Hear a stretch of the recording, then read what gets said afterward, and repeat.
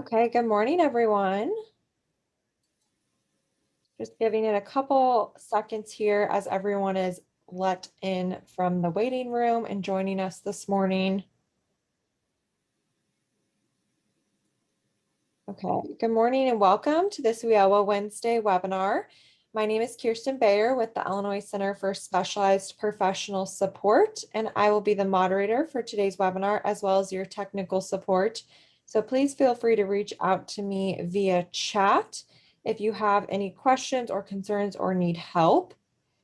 This WIOA Wednesday webinar's session title is Services to Persons who are deaf, hard of hearing, deaf-blind, blind, or visually impaired. This is a rescheduled session from previously in March, so we are happy to be joining back with you and figuring out our technical difficulties that we had back in March. If you were able to join the WIOA Summit, we had live interpreters on the summit, and we were able to successfully interpret all of those sessions for accessibility reasons. And so we are happy to be offering that same accessibility on this webinar for you today. Just a couple of reminders. We ask that all participants on this session have their audio on mute, and you cannot unmute yourselves, and you can also not share your video.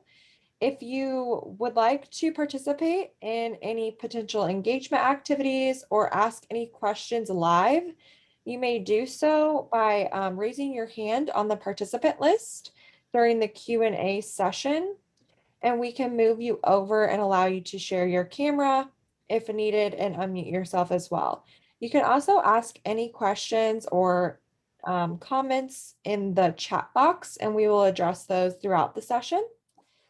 If you do feel comfortable, we do encourage you to participate live, but just a reminder that you will have your video on if you choose to, and this session is being recorded. So your video potentially could be on the recorded session. So just make sure you are comfortable with that. And then the presentation materials from today and recording will be up on the Illinois Center for Specialized Professional Support's website, our center's website, and Illinois WorkNet within 48 hours. I will put the link to the presentation slides in the chat momentarily, and you can feel free to download those and follow along with our presentation today. And then in an effort to be as accessible as possible, this webinar will be offering closed captioning. And we are also joined by a sign language interpreter today, Kitty Aubrey. She is spotlighted as well as the presenters, so you should be able to see them on your screen along with the presentation deck. If you are an attendee who requires a language interpreter, please find them on your screen and you should be able to locate them now. Please make sure you are in side-by-side full screen gallery view to fully access the interpreter's video. And please make sure you are not joining us from a web browser, that you are joining us from the Zoom app platform. If you are joining us from a web browser, you might not have full capabilities to do that. And if you have any issues with viewing the interpreter, please feel free to reach out to me via chat. And with that, I'm going to start us off with our two beginning WIOA Wednesday webinar polls that we do every Wednesday. If you could please answer the first poll, it simply states, which partner do you represent? So which partner are you joining us from this morning? And we'll give everyone about 30 to 45 seconds to answer this poll.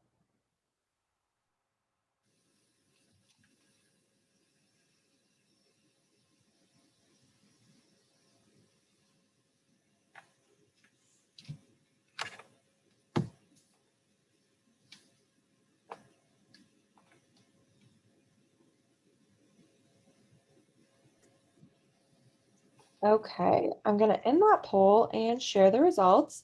So we have most of you joining us from Title I this morning, and a couple of the rest of us sprinkled throughout the other titles and WIOA partners and stakeholders.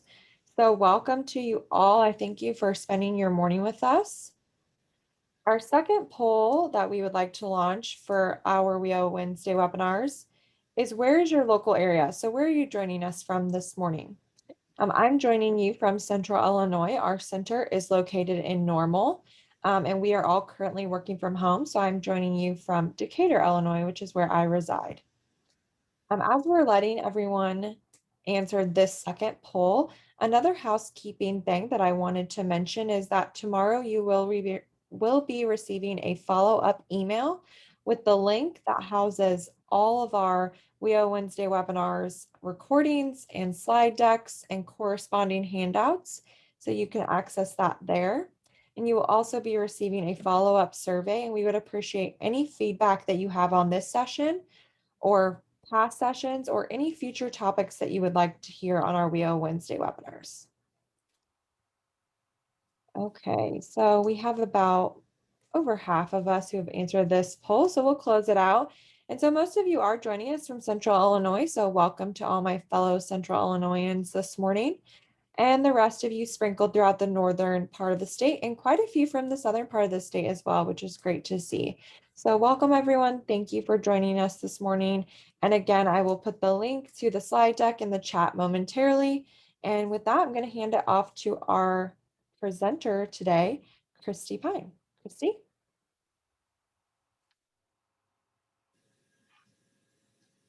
Good morning. I'm happy to be here this morning to talk to you about services to persons who are deaf, hard of hearing, deaf-blind. I would also like to add blind and visually impaired, but my part will be to focus on the hearing loss. Another person will then be talking about the vision loss. We call it sensory disabilities altogether. Next slide. So I would also like to expand a little bit on the definitions of those words and who are the people, who do we consider deaf? Actually, deaf probably doesn't mean everyone, but it means people who have any hearing loss. A lot of older people who cannot hear women's voices because they're very high pitched. And this range goes all the way to people who have that late hearing loss, to other people who are totally deaf. Some of you may have seen a capital D for deaf or a lowercase d for deaf, so I will explain that too. People who are capital D deaf are part of the deaf culture. That means, you know, we have a full range of people, and typically they are culturally involved, and that is their perspective. While people with a lowercase d are not really involved in deaf culture at all. Hard of hearing, more typically, are people who have either had a hearing loss later in life, or they were born with some hearing loss, and maybe as they get older, that's a progressive loss. Typically, people who are part of the capital D culture always use sign language as their communication tool with each other, while the lowercase d people, or hard of hearing, may speak to communicate.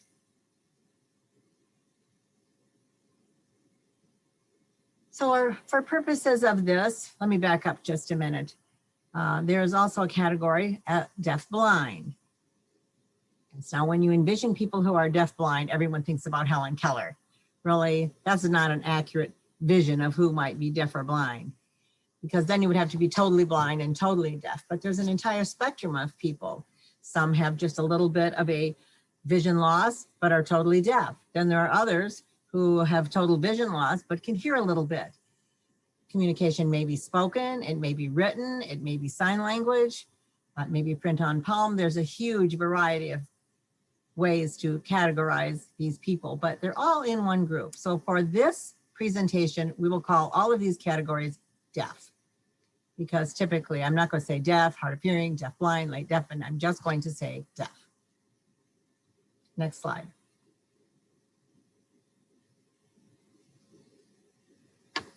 Here's a question for you.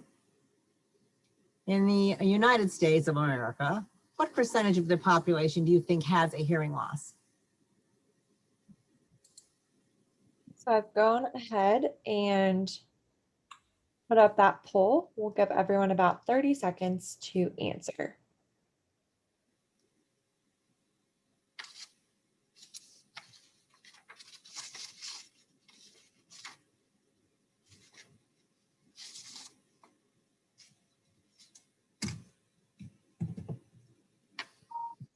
Okay, we'll go ahead and end that poll and share the results.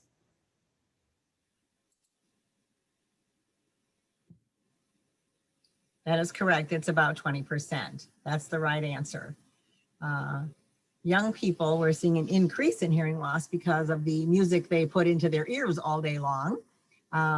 People who have fought in wars, Iraq and Afghanistan, have more significant hearing loss at a younger age.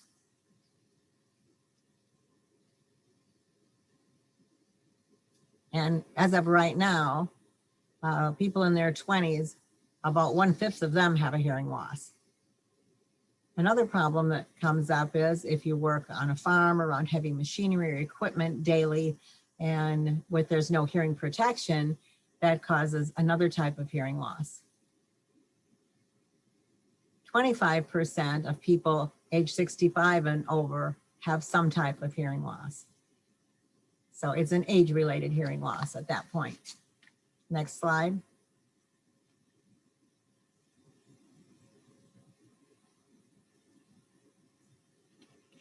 Some of you may have seen this before, and it's old news for you, but if you haven't seen it before, it's called an audiogram. It's an audiogram up on the screen. So you can see where the hearing loss occurs by where the marks are on it. Typically, you will see the yellow part we call the speech banana because it's colored in yellow and it looks kind of like a banana shape. That's where speech sounds are, right in that area. So if you have a hearing loss below that, you will not be able to hear spoken words. So that's why we talk about the speech banana. You can be anywhere within that range. You can have a very profound sensory neural loss and be deaf, all the way to a mixed hearing loss, which could be something maybe a sensory loss and a middle ear loss. So also it could be a very mild loss. So there's a huge range within there. You can see the lines maybe where there's orange and blue. The X's show the left ear and the O's show the right ear.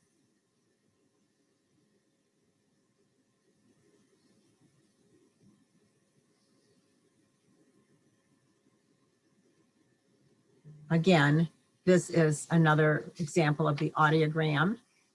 So if your hearing is normal and it's above the speech banana, then you can pick up speech.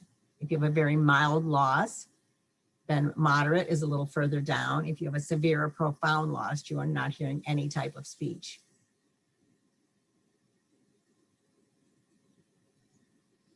Christy, did you want me to go ahead and pull up that link so we can show everyone?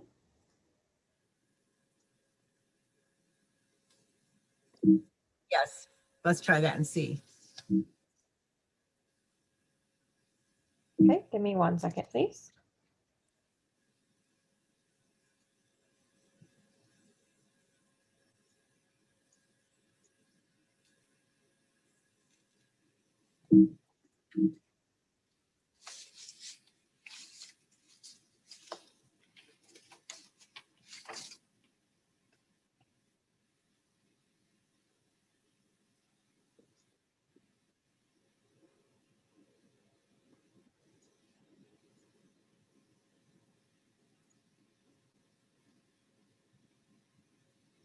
Okay.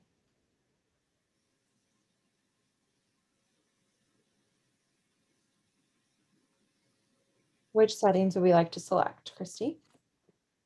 I will let you try to understand what a person with different types of hearing loss, what they might hear. So just listen to this. Do we want to click mild?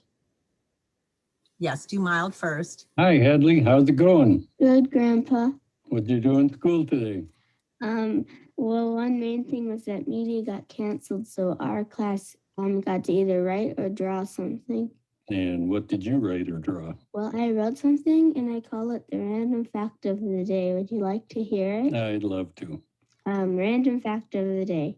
Did you know that if you dug a hole from one side of the earth to the other and you jumped through it, you would go to the other side immediately? we like to go to moderate now, Christy? Yes, please. Go ahead to moderate. It would only take you 12 minutes. The cool thing is that when you jump in the hole, you can't get out of it because the gravity would pull you back. This process would repeat until you die. Oh, that's terrible. Well, there's a reason later on in the story why you shouldn't dig a hole. You got more? Mm-hmm. All right.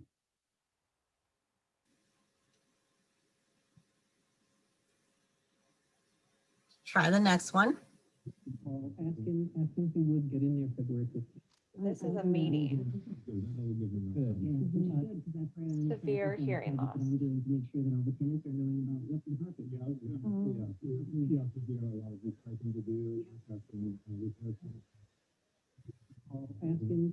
would get in there February 15th. It says you can tell that there are gaps and you have to try to figure out what they might be saying and guess words. And that's a very tiring experience for a person who is trying to catch words with one of these hearing losses and they're trying to catch speech sounds.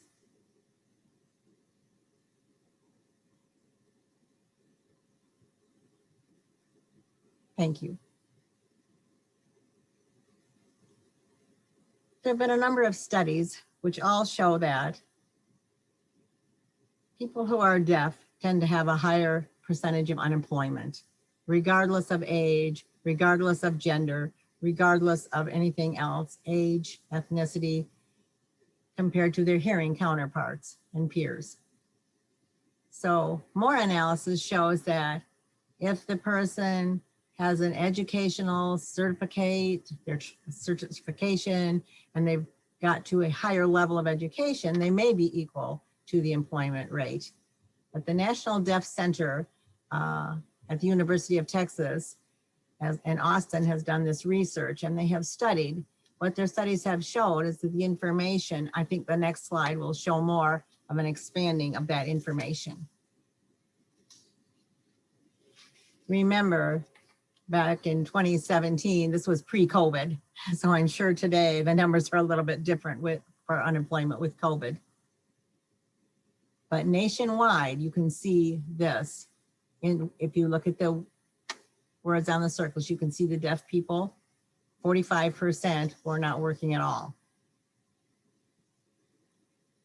60% were unemployed, while 49% were working. You could see that was less than half. And if you look at the next, nationwide, you can see that 22% were not working.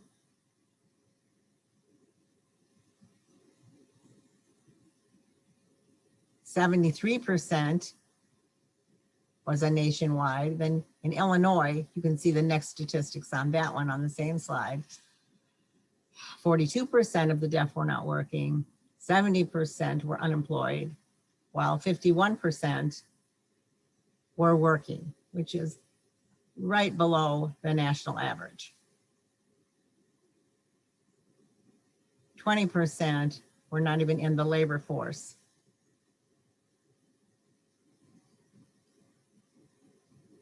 Sorry, I'm trying to see the slide myself here. But you can see the balance or the imbalance. Hearing people in Illinois, 74% are working as opposed to deaf at 51%. 51 to 74, that's a huge difference.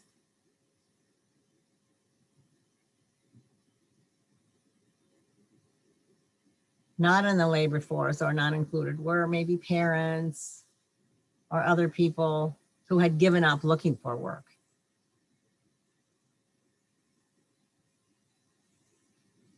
Next slide.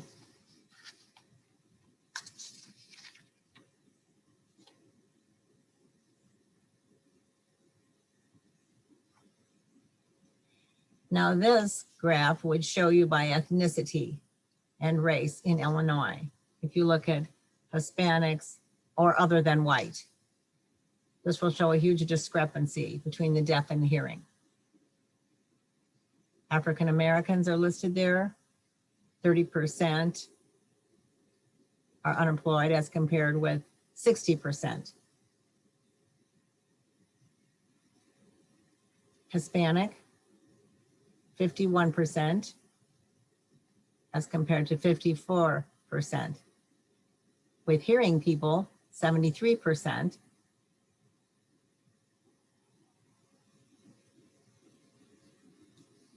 Now let's look at white, deaf at 55% being employed, and hearing at 77%. Again, that's a huge difference.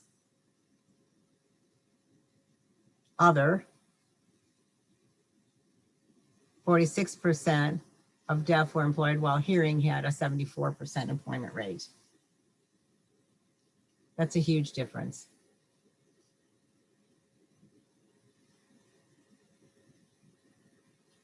Next slide.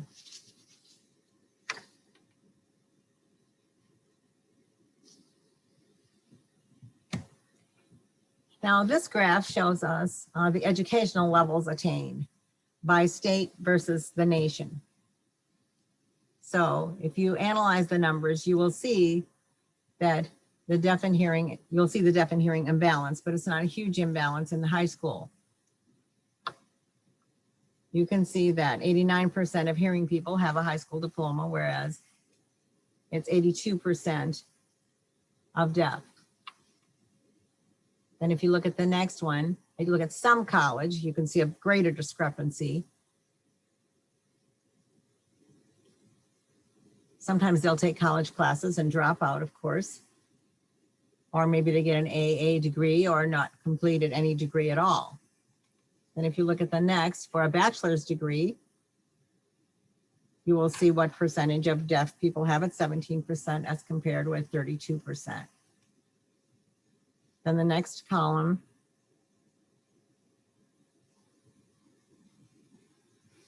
it moves down to Illinois. So we do better than the national average in Illinois. In high school, 84% of deaf people have graduated from high school, whereas 90% of hearing people graduate. That's not too big a discrepancy. Then it changes a bit when you get to some college. 53% of deaf people have some college, as compared to 65% of hearing people who have some college. Then we move to the bachelor's degree, and we see, wow, a bigger discrepancy here.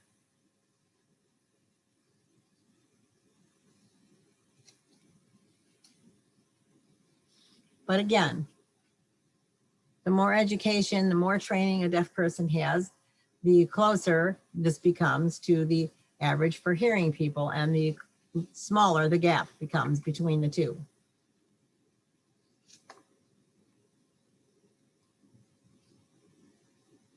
Next slide.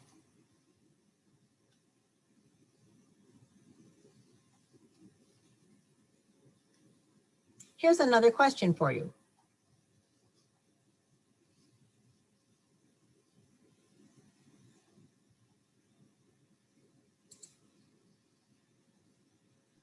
Okay, so I've put up that poll.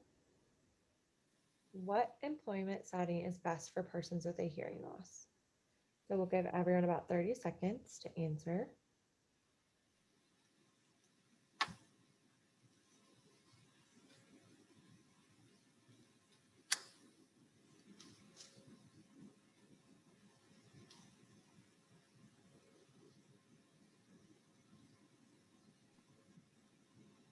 Okay, we will end that and share the results.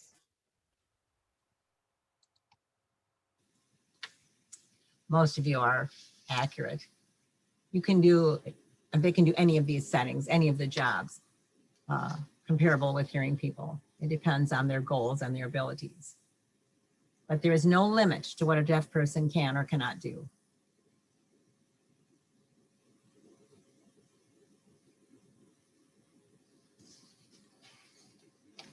Currently, I would like to share some more information about our DRS services to people who are deaf, hard of hearing, deaf blind. And they're served by these services to deaf and hard of hearing department. Here are some examples. Suppose you go to a counselor and the person has a hearing loss who is with the counselor and they're just not sure how to work with them. Do they need a hearing aid or they don't? We have resources to help them continue. If we get information, maybe about new jobs or new careers or new resources, new trainings, I provide that to all the counselors for the deaf. Oftentimes things come up such as we'll have a consumer who wants to work at a warehouse floor and the boss isn't sure how to negotiate that with them or what to recommend for safety for that employee. If they can't hear, they're worried about whether they can see a forklift moving one way or another. And we talk about the lighting that may be necessary and keeping them on track for that job. We also make recommendations. For example, if a customer goes to a post-high school training and the person at the college or university isn't sure how to provide accommodations to meet their needs, we have recommendations and a list of those as well. Another thing that we can do is recommend specific phone apps that might work for certain customers or other people in their employment or training area.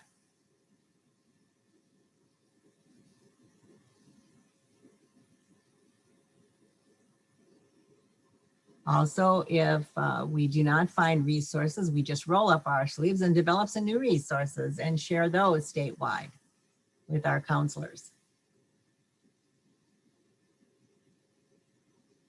Next slide.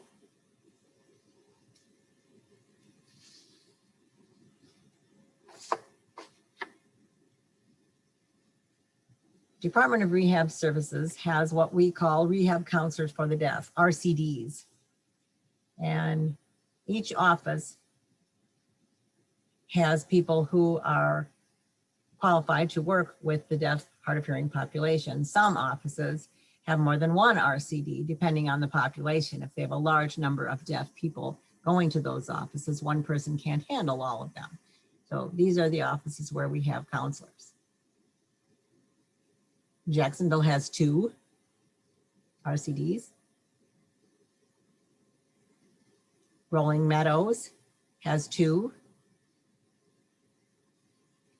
Often what will happen is, suppose, for example, you have a customer who doesn't live in one of those areas, and they will have to discuss and figure out what is the best place for them to go.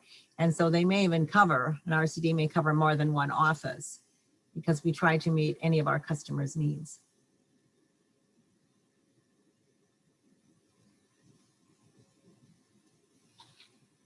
Next slide.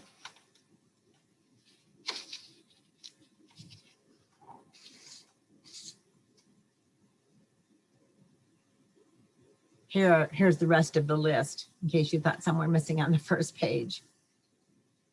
These are the rest of the offices that have RCDs.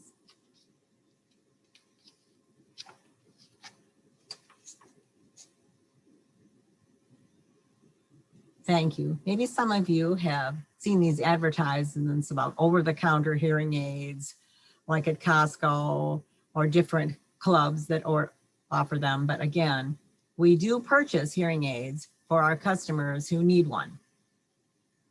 But we do not purchase over-the-counter hearing aids. There are so many different styles and kinds, and it depends on the person's hearing loss and their needs. So suppose a person has been a farmer and they've been outside a lot and they want to select a hearing aid that can tolerate a lot of moisture because they're working outside and maybe perspiring, while as another customer needs a hearing aid that is going to match with the equipment that they use at school or at work. So we trust the judgment of an audiologist, not an over-the-counter aid.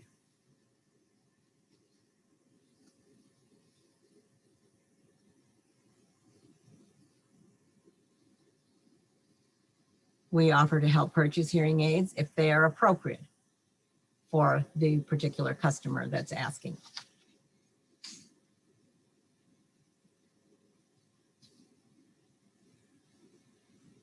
Next slide. Another thing that we work with are called assistive listening devices, ALDs.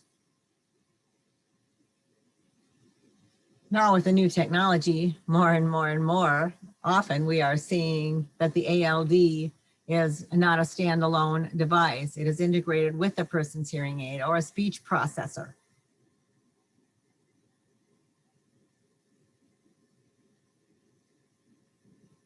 So whatever we can do, we will try to do. Suppose we have a person who has some hearing loss and they're struggling to figure out, and the boss is trying to find a solution.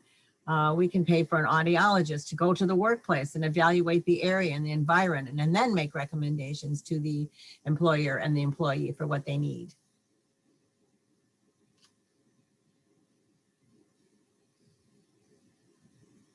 Next slide.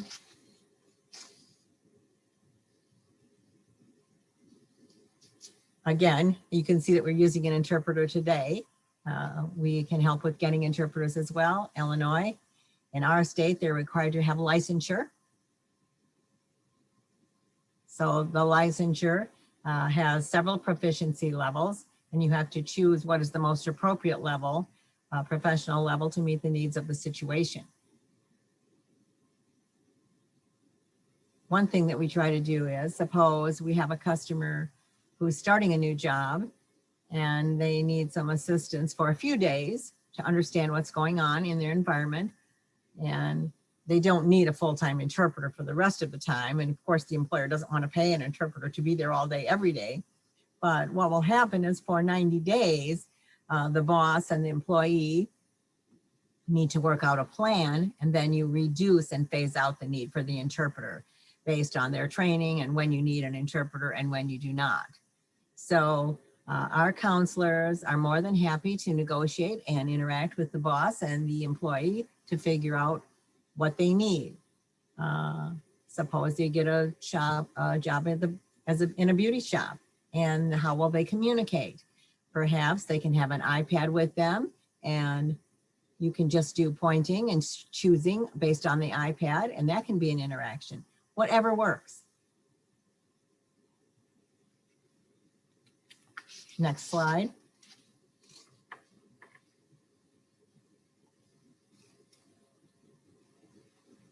Nowadays, of course, some of you may have captions on right now, and you can read them at the bottom of the screen.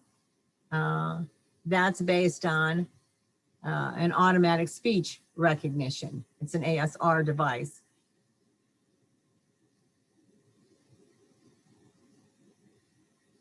Also, there's real-time captioning, which is called CART, and that is typing in real time like you're seeing today, very similar.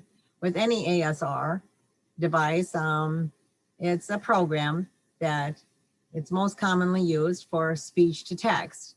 Now, if the person has a heavy accent, it doesn't work very well, and it has to match, and sometimes it doesn't match the accent. Or if there are a lot of abbreviations or acronyms or DRS or DHS, they may not understand that as well. You'll see that it's not perfect. There are a lot of gaps and mistakes in it. But I personally, one-to-one, I think ASR can work, but I cannot speak. So I would have to write back and forth. So it wouldn't recognize my speech, and it doesn't work for everyone in every situation, but it's another option. You can also get advice on how to use these things and how to adapt for the appropriate device.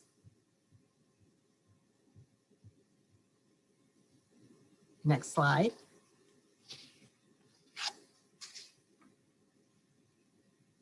As I mentioned a little while ago, we make recommendations for specific devices and equipment, both at work and at home. For example, if a customer is totally deaf and does not hear anything at all and has a hard time waking up in the morning, we can buy an alarm that either has a bed shaker under the pillow, or it can be a flashing light, such as a strobe light, that wakes them up. Also, we make recommendations for specific equipment at work so that everyone knows what's going on within the environment.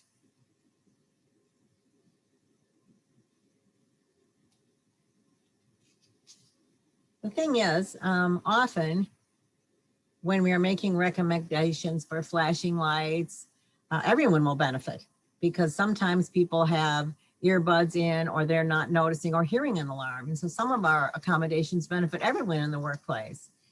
It's the same thing with curb cuts that you'll notice outside. Curb cuts are great, not just for people who are blind, but for mothers using carriages and strollers, and for people who need to push the button for a light or a change that benefits hearing people as well as our deaf population.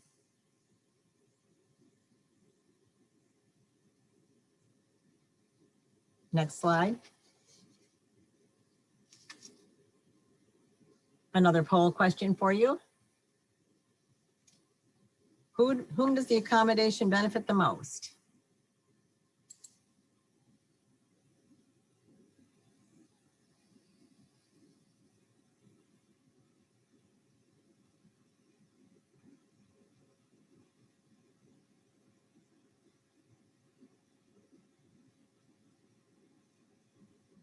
Give everyone about a couple more seconds. And then we will end the poll, and here are the results.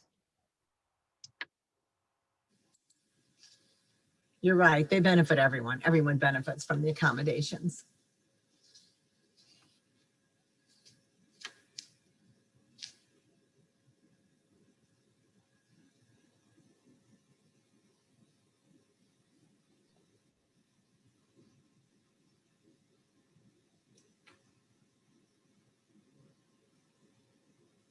She said, Christy said, I'm sorry, I can't see because the poll was covering my screen.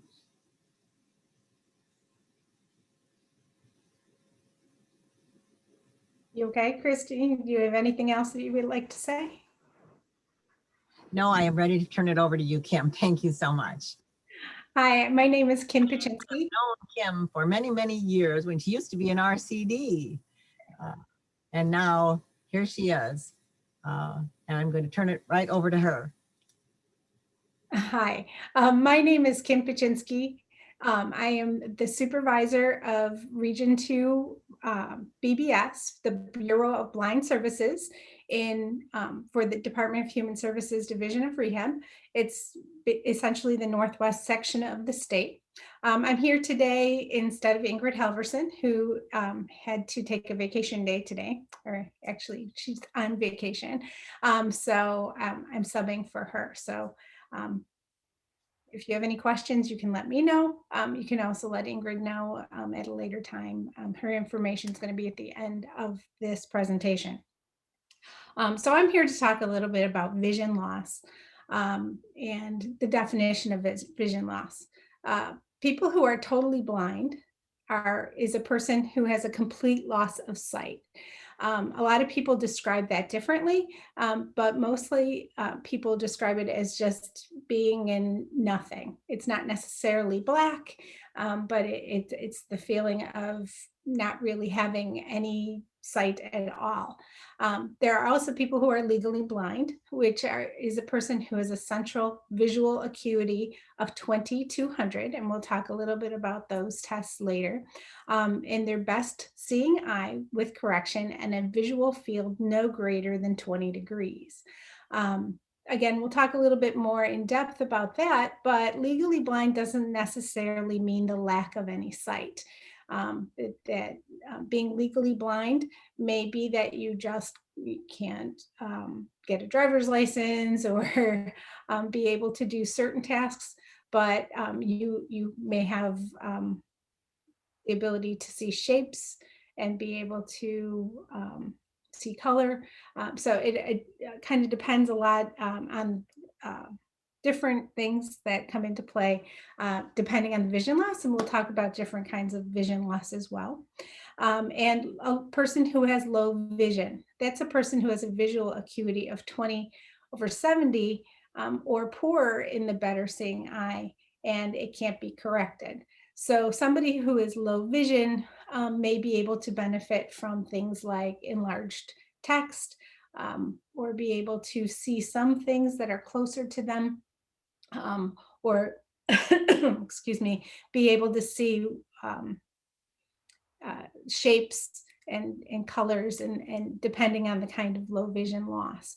So for the purposes of this presentation, we're going to use the general description of blind when we're talking about any of our customers, but know that there's a pretty wide range of what blindness can mean. You can go on to the next slide.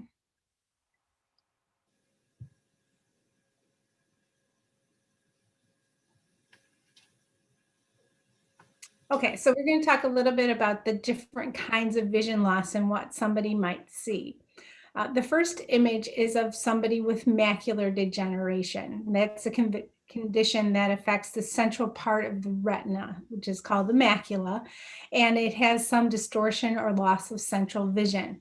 With macular degeneration, you may see, it may not be exactly in the center.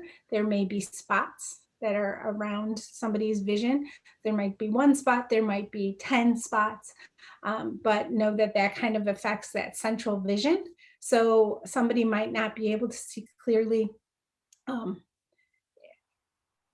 They would have to see around things in order to see something. So that is macular degeneration. So it can be age-related. It can be from a result of a lot of different conditions. You might see this a lot in people who have diabetes.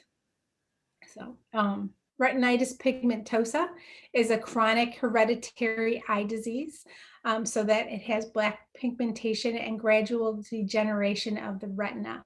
So you end up with tunnel vision. Your field of vision closes in, and so you're only able to see one spot in the center and nothing in the peripheral vision. Go to the next slide. The next image is of somebody who has glaucoma. With glaucoma, you're going to have some cloudiness, have a gradual loss of sight because there's increased pressure within the eyeball. So you're not able to see images clearly. They may be cloudy and distorted. Stargardt's disease is a genetic eye disorder that causes progressive vision loss, usually in that central acuity. So somebody's only going to be able to see around the sides of something. So they have the peripheral vision, but they don't have that central vision. You can go to the next slide.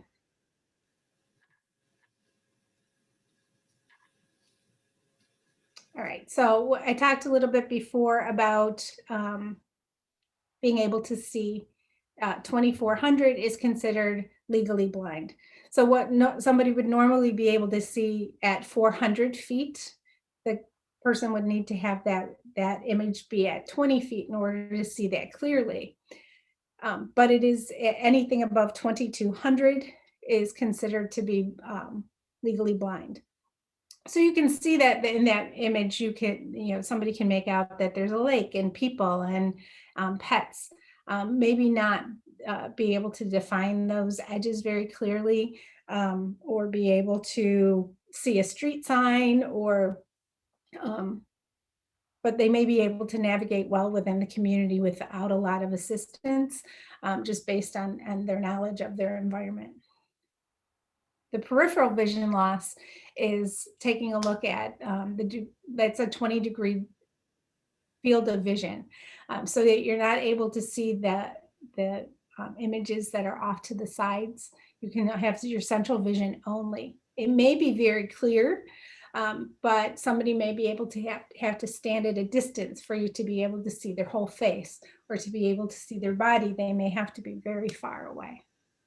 You can go to the next slide. So here's a poll question. What % of adult Americans report a vision loss?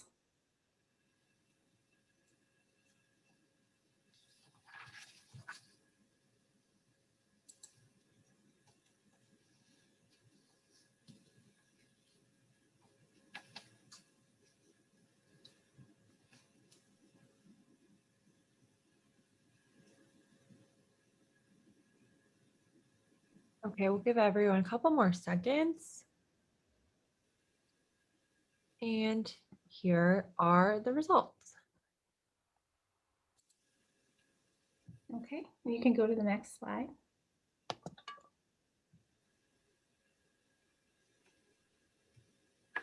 So 13% of all adults actually have vision loss that qualifies them to wear contacts or glasses, or they're unable to see at all.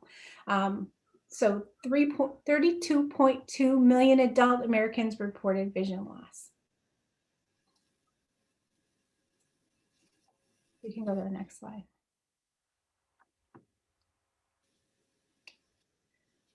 So in the numbers that you see in front of us, they're estimates for people with visual impairment, so that you can see that their annual labor force participation rate is lower than the averages.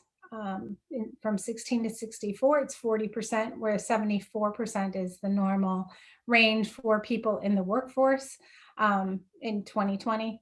I mean, and considering 2020 is a little strange, those numbers have not changed very much over time.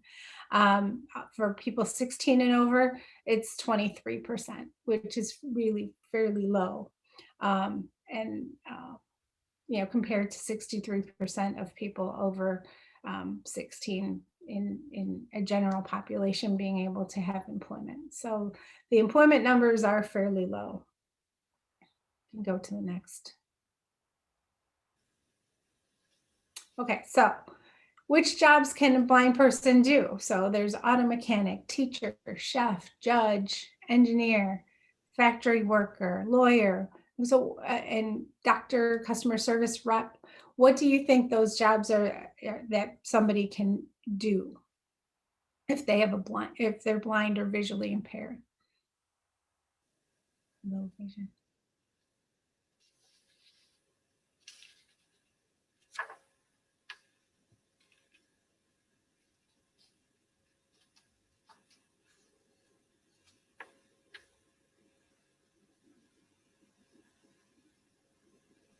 Okay, the votes are still coming in, so I'm going to give people some more time.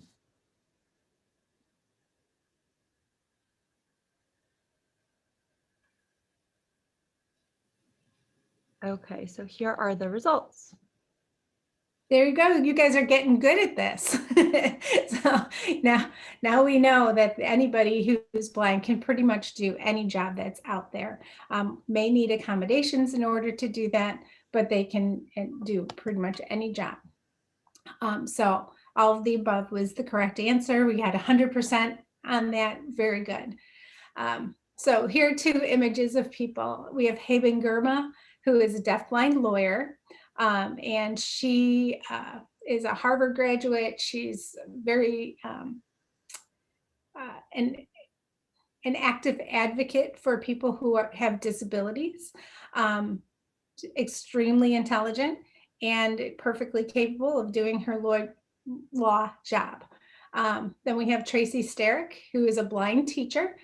She's able to work in a classroom, work with students, do everything a teacher can do. So you can go to the next slide.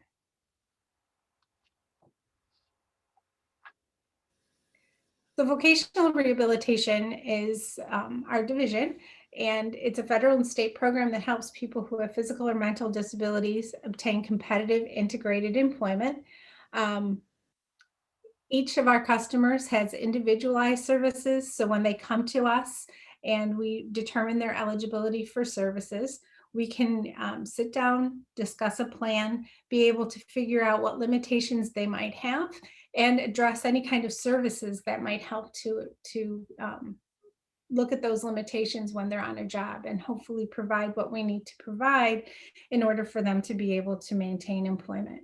We're committed to working with employers as well, and be able to promote hiring of individuals with disabilities, work on accommodations, take some of the scary stuff out. Like, I don't know if somebody who's blind can work for me, be able to work that out with that employer and be able to figure out what they might need in order to maintain employment. You can go to the next slide.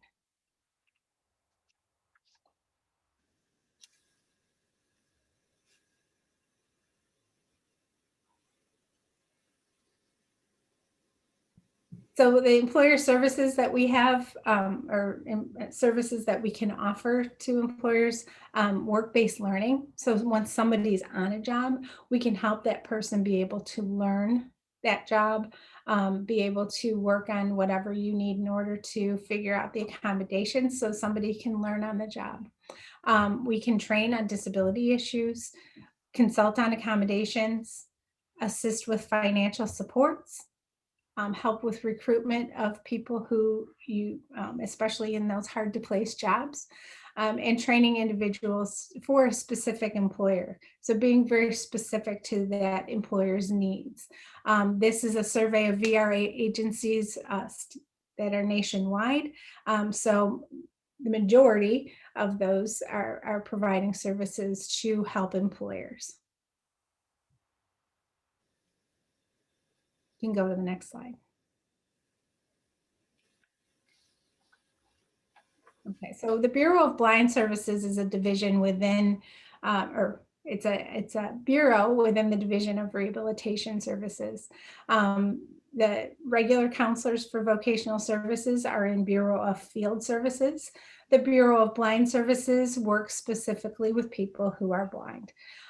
We provide a wide variety of VR services to customers, including provision of rehab counselors who are aware of blindness and low vision issues, rehabilitation instructors who help with the things that people need to be more independent, including, being able to navigate outside their home, be able to be independent enough to match their clothing so that they can get out of to work in the morning, to be able to gain the confidence that they need, especially if somebody is new to vision loss, which is a lot of our customers right now, to be able to adjust to that blindness, to learn how to, get up in the morning and make an egg just so that they can get out of the house.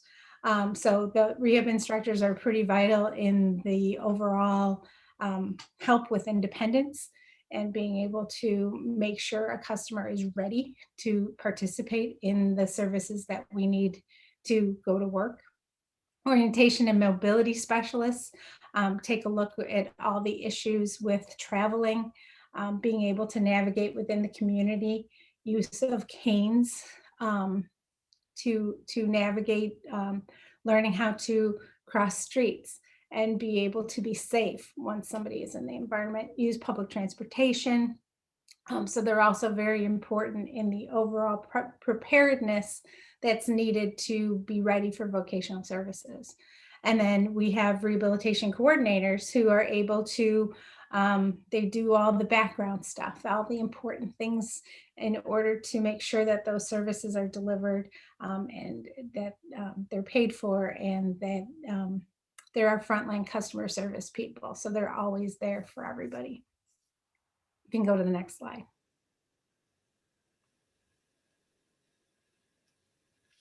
So we want to work with employers. And we can provide disability awareness training to employers, including working with people who are blind. Anything, we can discuss the myths and the realities of blindness, how to navigate vision loss within the workplace, communication methods that are used by blind people. And you'd say, oh, but blind people, they can speak, they can hear. Yes, but a lot of our communication is written, especially now in the world of emails and texts, and being able to communicate by visual means is not as easy if you're somebody who is blind or has low vision. There's also a lot of devices and equipment that are used by blind people to be able to do things like communicate in a visual way, or to just understand what is around in their environment. There's a lot of like really fancy technological things that are going on. And then there's some really simple kind of classic devices and equipment that blind people can use really effectively on the job as well. So you can go to the next slide. So some of the common devices and equipment that are used by blind people, a lot is optical character recognition, where the computer will actually read something that it scans, using, again, something as simple as a handheld magnifier. Some of the magnifiers that are required might have super magnification, but they're able to use that. Screen magnification for computers. If you're somebody who's low vision, they can, specialized screen magnifiers can make your screen be very large to be able to even read one word at a time if that's something that's necessary. one letter at a time, if that works for somebody. Closed circuit televisions that are able to broadcast and be able to expand a display. So if there's a traditional book, they can use a closed circuit television to take a picture of that and zoom it. Screen readers for computers, so that they can read what's on a screen. There's JAWS, which is, it really helps you to navigate the computer. Using Braille displays. Again, new technology comes out all the time, and there are devices now that are able to convert text to Braille, and be able to communicate that way. So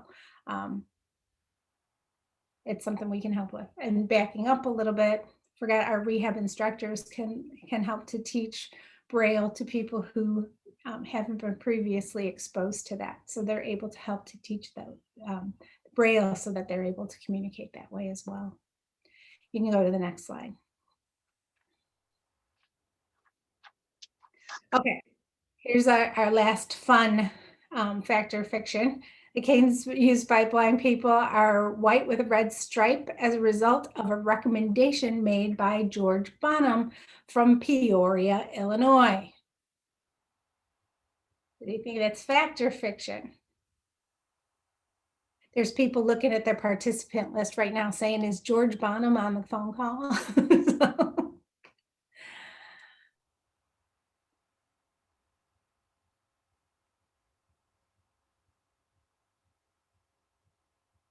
We'll give everyone a couple more seconds.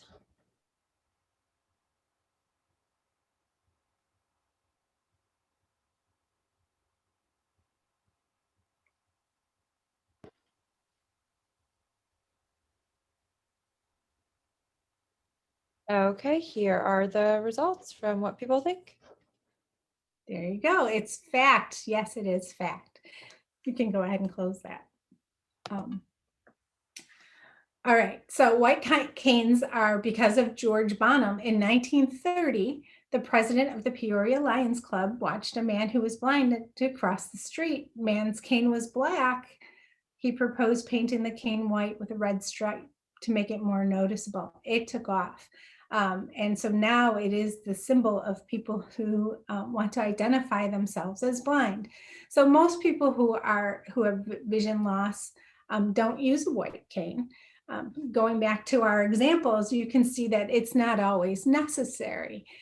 So if you have central vision loss and you can see your environment around you, you may not need that to navigate.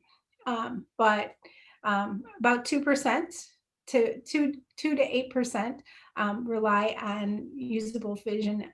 A guide dog works too. Having a sighted guide, being able to depend on somebody who has vision to navigate their environment is also possible. There are 3 different kinds of white canes. There's a standard mobility cane that's used to navigate, a support cane for people who aren't able to, they may need a cane for stability as well. So if they have any mobility challenges, there are support canes that are able to help. And an ID cane. It's a small foldable cane that might not necessarily be used completely for mobility, but to actually identify that they have a visual impairment. So those are the different kinds of canes you might see. You see portable ones, you see ones with different tips, and it can get pretty fancy. But our rehab instructors and our orientation and mobility instructors are experts in learning how to use that within their home or out in the community, so that safety is the priority with that. So that's pretty much it. You can go to the next slide. If you have questions, you can contact Ingrid Halverson, who is my supervisor and is the Assistant Bureau Chief for the Division of Rehabilitation Services Blind Services Program, or Christy Peen, who you heard from earlier, also has her information there for any services to deaf and hard of hearing. You can contact her to answer any questions. And then we can open it up for any questions from the participants. Absolutely. Thank you so much, Kim and Christy. And also thank you to our interpreter, Kitty, for joining us this morning.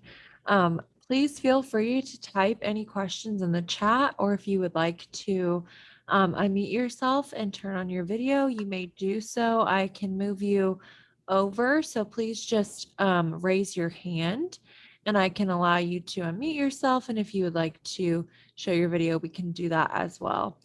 But while we are giving you all a minute to think about if you have any questions, I did want to reiterate that this session was recorded and you can find today's recording on our center's website. I can put that in the chat. And also on the Illinois WorkNet website within 48 hours. If you have any follow-up questions, you can feel free to reach out to both Christy and Ingrid, as well as you can reach out to our center and we can put you into contact with whoever could best answer your question. And I'm going to put that support email in the chat right now as well. And then Christy and Ingrid, we did have a question. Rory Callahan says, hello, sorry I had to jump in late and miss the beginning portion of the session, so I might have missed this if it was already answered. But is there a good lexicon or glossary, etc., a list of the terms to describe individuals with certain disabilities, using the terms that are most preferred and most current? For example, deaf, or is it hard of hearing? Would we want to say blind, or would we want to say person with vision loss? For each type of disability, our staff asks me occasionally what the most appropriate term is to use to describe a person's condition. They don't want to sound offensive or out of touch. Is there a good website or source that might have a list like this that would give the terms that are most preferred, accepted for use by the populations of persons with those conditions?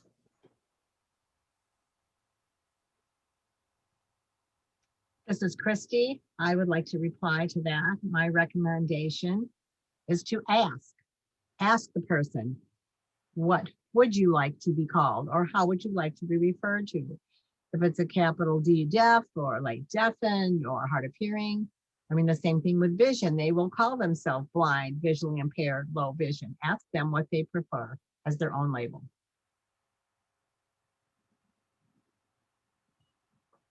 Great, thank you, Christy. Kim, did you have anything to add? I just wanted to add, I mean, there's also always, politically correct terms that you can use.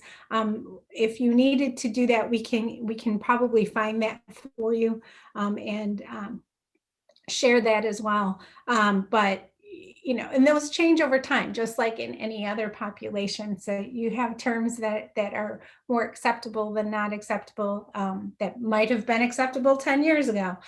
So to keep up to date on that, usually there's something that they publish for media or for general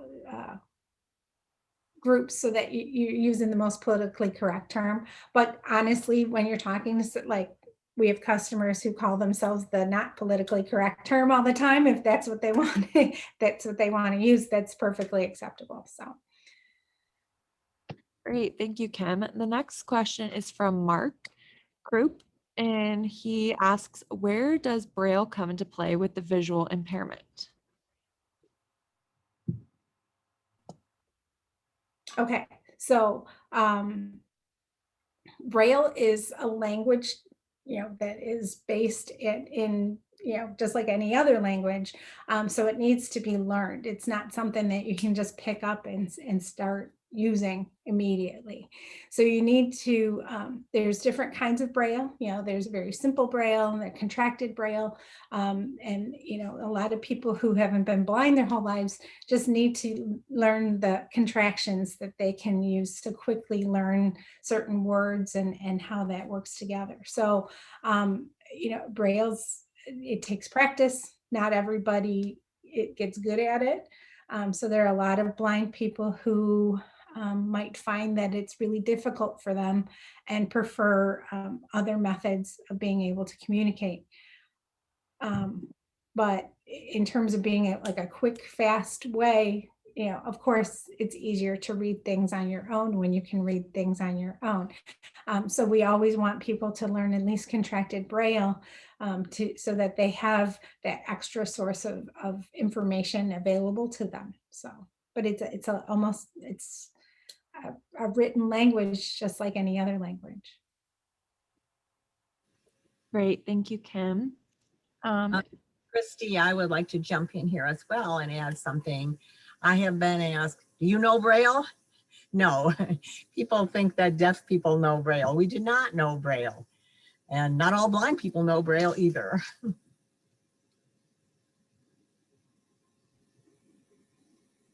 Mark has a follow-up question. Is it becoming less utilized due to modern technology? Is Braille becoming less utilized due to modern technology? I think there are concerns that that's a risk of something that's happening. However, I mean, it's always to somebody's advantage to be able to have every kind of communication that's available to them. So we want them to be able to learn that so that they can read, you know, printed text if that's something that they want to be able to do. It's just an extra way. Computer stuff isn't always accurate, isn't always the best way to do it. Sometimes it's just nice to be able to read something on your own. So it's just a different method.